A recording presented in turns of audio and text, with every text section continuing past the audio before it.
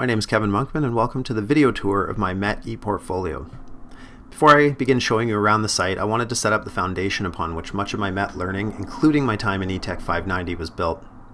Every course I took in MET featured at least one group project or task, and at least some form of peer discussion and interaction. My experiences in the 2 summer institutes, where I was able to actually work alongside my peers face to face, were immensely valuable and deeply impactful on my direction in this program. Almost every artifact I include in my ePortfolio is a group effort and was enhanced by the social interaction inherent to group work. Just as I influenced the direction and work of my peers in each project, they actually shifted my thinking and influenced the direction of our collective work. My experience in the ETEC 590 ePortfolio creation process has stayed true to this social constructivist approach. My experiences and tasks have been scaffolded, and I constructed meaning with the help of my peers who actively influenced and shaped my direction with their feedback and guidance, and I'm immensely grateful. Constructionism, like constructivism, was also central to my entire MET experience. Every course I took required the creation of multimedia artifacts to demonstrate my learning. These artifacts enhanced my understanding of theory and readings, tasking me with building something to represent this knowledge. Through the creation of these artifacts, I constructed not only something tangible, but I also constructed new pathways of knowing and understanding, pathways I would actually follow in each subsequent course or project. My ETEC 590 ePortfolio is no exception, as it is not only a concrete representation of my entire learning journey in MET, but also a springboard to future professional endeavors. I'd like now to present my 3 MET goals which served as the guiding force in the creation of this ePortfolio. I articulated these goals quite early on in the process, and they helped me narrow my artifact selection down considerably. Goal 1 is to better understand effective design and implementation of technology-supported learning environments and examine the benefits and drawbacks of both established and emerging technologies, particularly in relation to adult learners.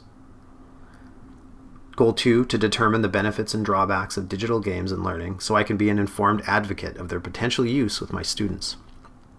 And Goal 3, to explore accessibility and representational issues of technology use in classrooms, particularly digital games, so that I can better support my students affected by these issues.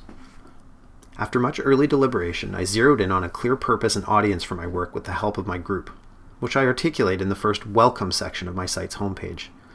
Ultimately, this ePortfolio is a reflective work, but it's also a demonstration of my learning and understanding of the potential of digital games to enhance learning.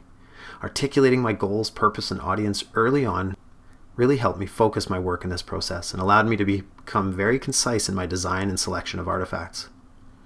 In order to provide some context and rationale for my ePortfolio's metaphor, I'm going to turn it over to virtual me for a moment.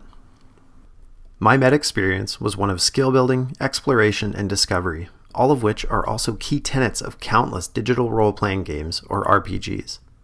The common starting point of most RPGs sees players begin their journey with somewhat limited skills, but with end goals in mind to guide their progress. Through a combination of required main story and elective side missions, players build their stats, skills, and understanding on their journey towards meeting their goals.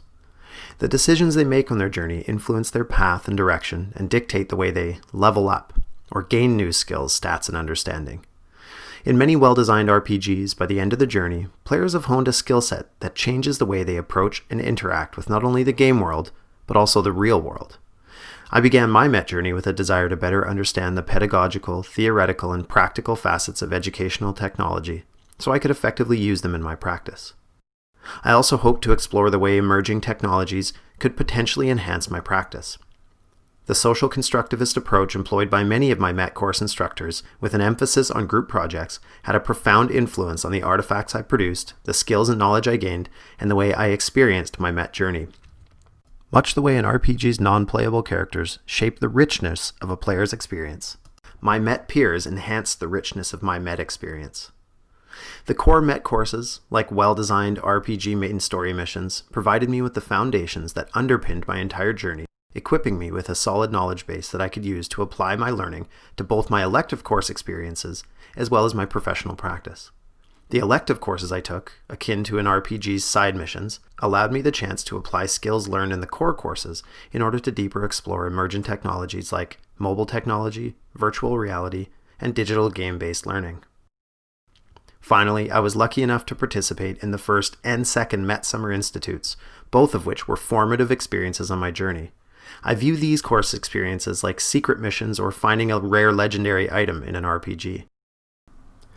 I chose to host my ePortfolio as a website using Weebly as a platform, and I opted for a simple design in order to keep the focus on my work rather than distract with a flashy site.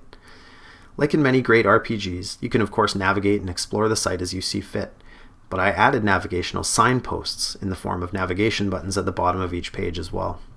Each page is structured much the same to maintain a consistent aesthetic, and features not only hyperlinks to the artifacts, but also a few embedded artifacts as well. I opted for short audio reflections to wrap up each learning experience at the end of each page, and for accessibility purposes I included downloadable transcripts of each clip. I conclude this ePortfolio with a blog page where I reflect on my ETEC 590 experience and discuss future plans, and I expect to add to the blog in the future.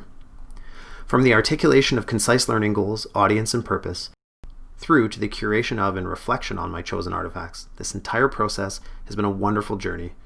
Not only has it helped me consolidate my learning in the entire MET program, but it's inspired me to explore digital games and learning in my own practice. I hope you get the chance to experience my ePortfolio for yourself in full. Thanks to everyone who helped make it possible.